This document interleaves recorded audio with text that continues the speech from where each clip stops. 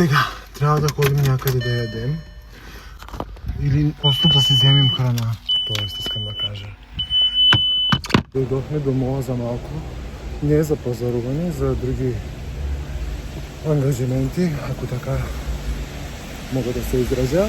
Но искам да вляза в Дъглас, за да видим някои неща в Дъглас и в Зара. Ще ви покажа някои неща, ако си харесам от там. Няма да взема нещо, просто така си ми.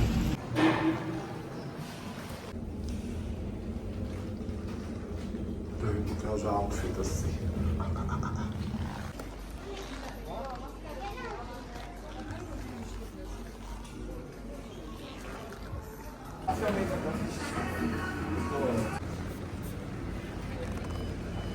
Само еднакво е. Благодаря, че ми. Това, което видяхте, беше Нотин, но не е Дъглас. След малко ще мина и от Дъглас за новия парфум на Prada. Искам да го видя. Просто навсякъде го виждам, дали е маркетинг или дали наистина се заслужава. Сега ще го видим. Имаше страшно много хора, след малко пак ще опитам.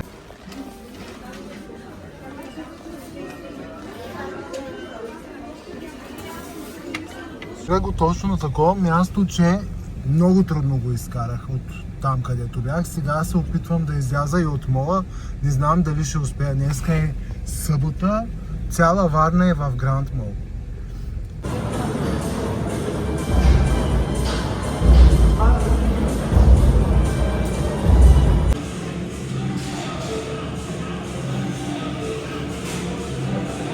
Много е странно, когато отвориш камерата и просто забравяш за какво снимаш.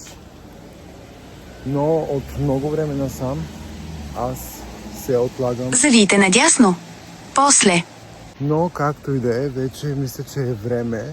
По-добре късно, отколкото никога. Сега отивам на едно ново кафене, което има от онези новите сладкиши. Забравих как се казваха.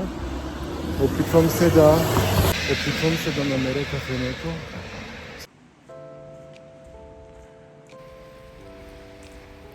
Намерихме го.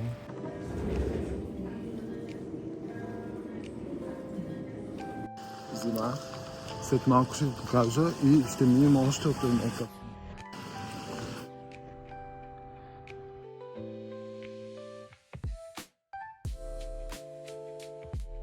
Винаги се мотивирам и започвам да снимам някои неща, след това се отказвам, защото е наистина много различно от чувството да отвориш камерата и да говориш просто само ей така. Но съжалявам, че съм го отложил толкова дълго време. Може би, ще ви кажа, ако трябва да бъда честен, може би го отлагам точно от пандемията. Да, от 2020, а и да не е от 2020, поне 2021 бях така доста решен да отворя YouTube канал, но го отложих. Това е.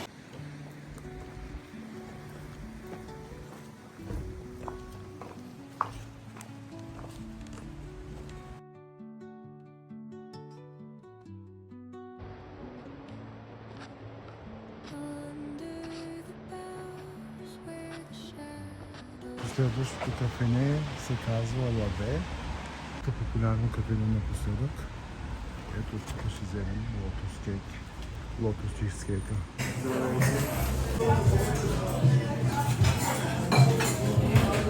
Нашето е това.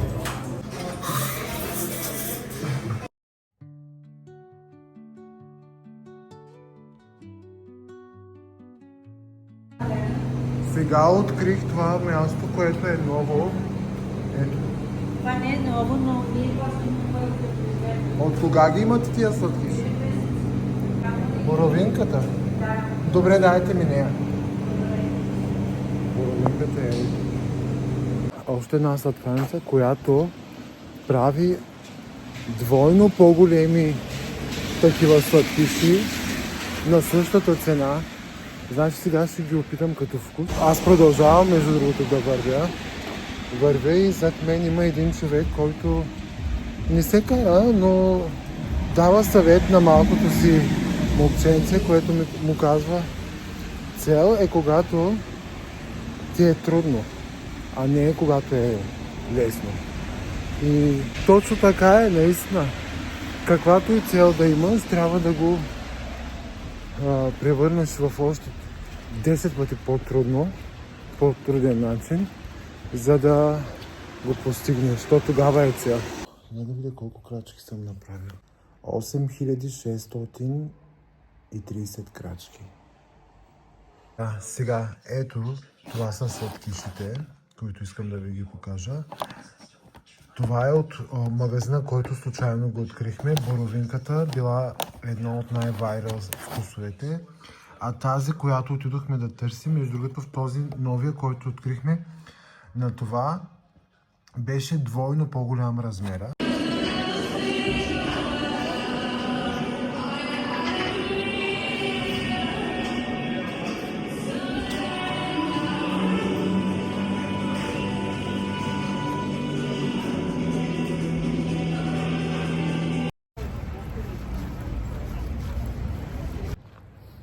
Както вече знаете, аз съм от град Варна и при първа възможност, като видим малко слънце ние варненците, винаги слизаме на морето.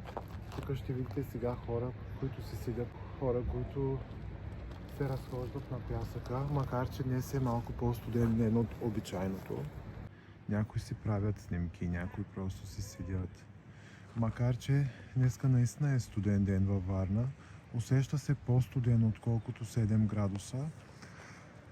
Искам да ви покажа и след малко центъра как са го украсили.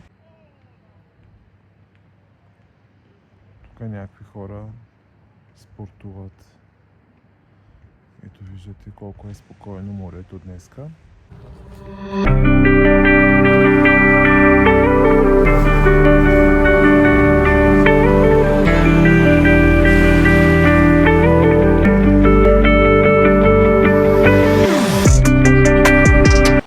Ако се разпознаете в моя влог, напишете коментар.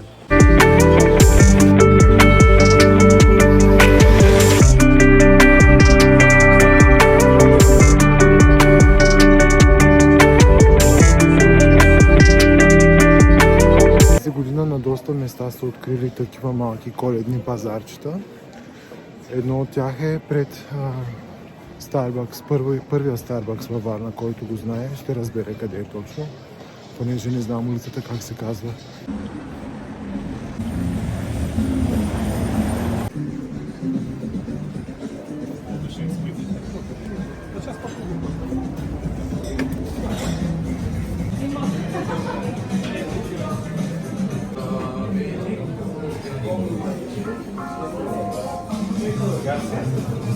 Във Варна има страхотни местенца. Това беше едно брънч заведение. Казва се, видяхте как се казва, 4312 и може също да го посетите, ако сте във Варна. Едно от хубавите местенца е в града. Страхотно брънч заведение.